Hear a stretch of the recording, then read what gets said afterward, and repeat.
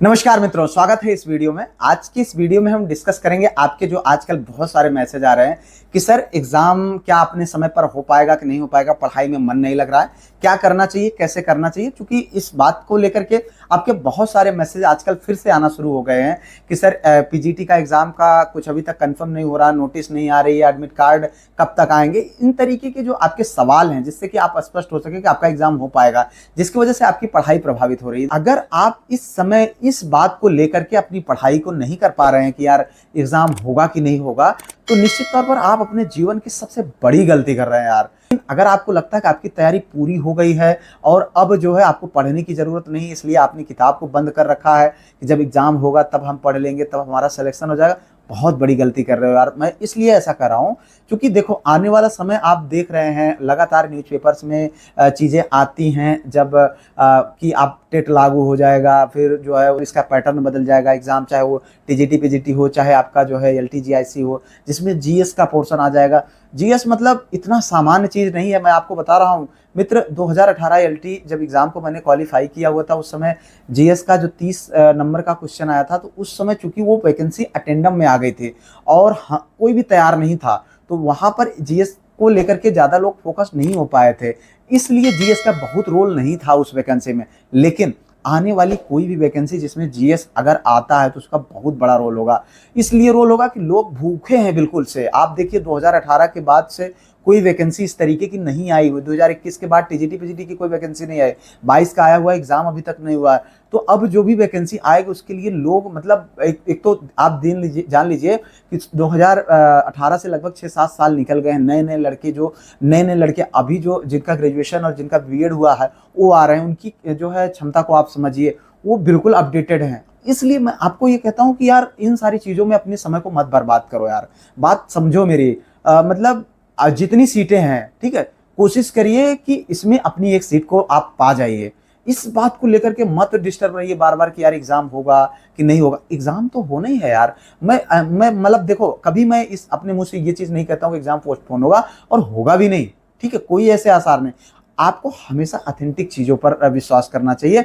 जो फालतू के लोग आपको अगर अपने आपके आपके रास्ते से जो है भटकाने का प्रयास करें कि यार नहीं, ये आयोग के मेंबर इधर हो गए, उधर हो गए, ऐसा हो गया, एग्जाम नहीं होगा या अभी तक सेंटर नहीं मांगे गए, ये सब हमारा काम नहीं है, ठीक है। इस तरीके के विचार भाव हमें नहीं रखने चाहिए, क्योंकि इससे ये सब सोचने से, ये सब रखने से हमारी जो पढ़ाई है ना बहुत प्रभावित होती है। और इस समय मैं बिल्कुल भी नहीं चाहूंगा कि आपकी पढ़ाई प्रभावित हो।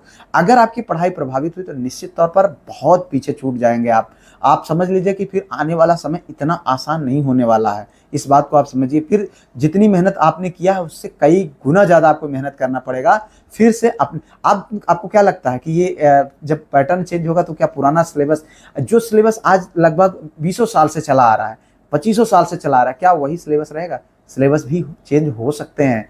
तो मतलब आप इस बात को समझिए। और दूसरी चीज, सबसे बड़ी चीज ये मुझे नहीं समझ में आता है कि यार क्या जीवन भर हम तैयारी ही करेंगे? क्या हम जीवन भर सिर्फ टीजीटी पीजीटी की तैयारी करने के लिए पैदा हो गए हैं? 40 साल उम्र हो जाएगी, 45 साल उम्र हो जाएगी, जब तक उम्र हो जाएगी तब तक हम क्या यही करने के लिए पैदा हुए यार? क्या जीवन जीने के लिए हमारे मतलब हमारे लाइफ में जीवन जीने का अधिकार नहीं है? हमको शादी करने का या हमको अपने लाइफ में और आगे बढ़ने का, इंजॉय करने का, मस्ती करने का नहीं है क्या हमको फिर से इन्हीं मौकों का तलाश करने का समय है क्या? नहीं, ऐसा नहीं है। इसलिए ये जो मौका मिला हुआ है, कमो बेश पर जो भी समय लगेगा कोई बात नहीं, पर मतलब इस मौके को आप जो है मतलब एकदम अंतिम मौका मान करके अपनी तैयारी को करिए। कभी मत सोचिए कि एग्जाम टलेगा, कि एग्जाम होगा कि नहीं होगा। और मैं आपको बता रहा हूँ एग्जाम बिल्कुल नहीं टलेगा, ठीक है। एग्जाम अपनी नियत समय पर ही होगा, उसी डेट को मान करके तैयारी करिए। ये सब फालतू की चीजें अपने मन से निकाल दीजिए यार, कुछ नहीं रखा हुआ है। और एक चीज जान लीजिए कि जब आप सेलेक्ट हो जाएंगे ना, जो आज आपकी मनोदशा है, मैं देखता हूँ आपके मैसेजेस जो आप हमको दिल से इतना सम्मान करते हैं, प्यार करते हैं, आप अपनी भावनाओं को कमेंट में लिखते हैं, मैं जिनको महसूस करता हूँ। आप व्हाट्सएप पर जब मैसेज करते हैं, कॉल करते हैं, मैं बात करता हूँ, आप अपनी व्यक्तिगत समस्याएं हमसे शेयर करते हैं, तो मैं फील करता हूँ यार कि जिन समस्याओं से मैं गुजरा था, जिन समस्याओं को मैं अपने जो है संघर्ष वाले दिनों में महसूस करता था, उस संघर्ष से या उससे कहीं ज़्यादा संघर्ष से आप गुजर रहे हैं।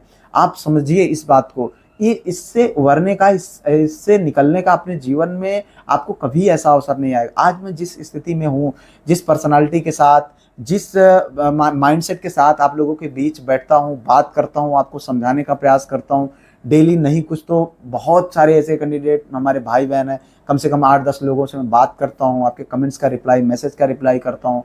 तो मैं क्यों ऐसा कर पा रहा हूँ? क्योंकि मैंने भी आपके इन्हीं दौर को देखा है, इन्हीं दौर से मैंने संघर्ष करके जीता हुआ है, ठीक है? तो मैं आपको बहुत अच्छे से फ़ील कर सकता हूँ, महसूस कर सकता हूँ कि आप किस दौर से गुज़र रहे हैं। यार मैं मतलब आज मैं कल्पना नहीं कर सकता हूँ कि जो लाइफ़ मैं कल्पनाओं में जीता था, उस लाइफ़ को मैं आज जी रहा हूँ। मतलब ऐसा नहीं है कि मैं अंबानी हूँ, जो चाहता हूँ चाँद तारे तोड़ ला, नहीं यार, वो सब चीज़ें तो नहीं है। लेकिन एम्प्लॉयड लाइफ़ होने का, गवर्नमेंट सर्विस में आने का इतना आप जान लीजिए कि आपको एक मेंटली रिलीफ़ होता है। यार आप सोचिए, गर्मियों की छुट्टियाँ हैं, आप स्कूल नहीं जा रहे हैं, सब कुछ बंद है, बढ़िया आप गाँव में हैं, अपने फैमिली के बीच में हैं। अभी मैं टूर प्लान कर रहा था, कुछ कारण से अभी नहीं गया, नहीं तो बाहर जाऊँगा, घूमूँगा, मस्ती करूँगा, फिर उसके बाद आऊँगा। ये सारे वेतन हमारे बन रहे हैं। ये समझिए, बाद में कभी आपके लाइफ में कुछ इस तरीके की प्रॉब्लम्स आती हैं, आप कॉलेज नहीं भी जाते हैं, फिर भी जो है आपको वेतन मिलता रहता है। मतलब आप समझ लीजिए कि सेलेक्ट होने के बाद आपकी सारी समस्याएँ जो है ना, सरकार की समस्याएँ हो जाती हैं। ये समझ लीजिए।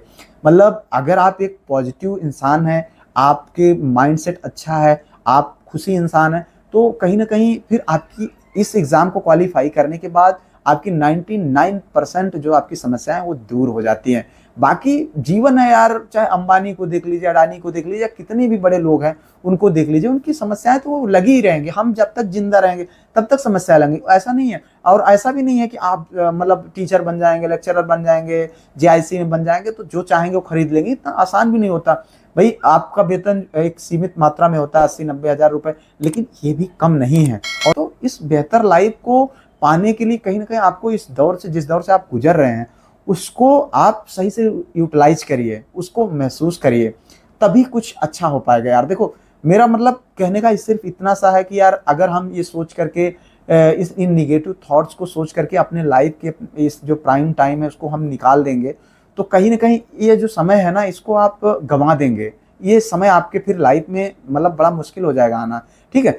तो आप अगर उस बेहतर लाइफ़ को चाहते हैं, उस घने अँधेरे से आपको संघर्ष करना पड़ेगा जो अभी आपके लाइफ़ में चल रहा है। और इतना जान लीजिए, अँधेरा कितना भी घना हो, तो वो जो है कहीं न कहीं मतलब उसके बाद उजाला आता ही है। तो ये मत सोचिए कि यार हमारे लाइफ़ में अब कुछ नहीं हो सकता है, ऐसा नहीं है। क्योंकि सब कुछ बदलता है और आपका भी समय बदलेगा, इसमें कोई डाउट नहीं है। बस सिर्फ़ एक चीज़ पर भरोसा रखिए, खुद पर और अपनी मेहनत पर। देखिए, मेहनत बहुत बड़ी चीज़ होती है ना यार। मेहनत ऐसी चीज़ है जो आपको मतलब आप समझ लीजिए कि फर्श से अर्श पर पहुँचा सकती है। अपने ऊपर भरोसा रखिए, कभी भी आपको इस तरीके की चीज़ें सोचनी ही नहीं चाहिए कि यार नहीं होगा, हमसे नहीं हो पाएगा, या एग्ज़ाम नहीं होगा, या फिर हम क्वालीफ़ाई नहीं कर पाएँगे। मतलब नहीं कर पाएँगे तो फिर कैसे हम इस बात की आशा करें, कि कैसे हम उन अपने अच्छे दिनों की हम कल्पना करें? नहीं कर सकते। तो इसलिए मैं आप लोगों को सलाह देता हूँ यार कि मतलब इन सारी चीज़ों को भूलो, फालतू की चीज़ों को इग्नोर करो। जो आपका ये सुनहरा अवसर है, और इससे बेहतर अवसर आपको जीवन में कभी नहीं मिलने वाला है। इस बेहतर अवसर को भुना लीजिए, लाइफ़ बदल जाएगी यार, समझिए इस बात को, ठीक है? बड़े गहराई से, बड़े दिल से मैं इस बात को कह रहा हूँ, बात को समझिए, पढ़िए, मेहनत करिए, सिलेक्शन लीजिए। यही मतलब मौका है, और इस मौके को मत गँवाइए, ठीक है? फिलहाल इस वीडियो में इन्हीं सब बिंदुओं पर बात करनी थी। वीडियो अच्छा लगा हो तो लाइक, शेयर, सब्सक्राइब कर लीजिएगा। मिलते हैं किसी और वीडियो में, किसी और टॉपिक पर। तब तक के लिए जय Hind, Vande Mataram, best of luck.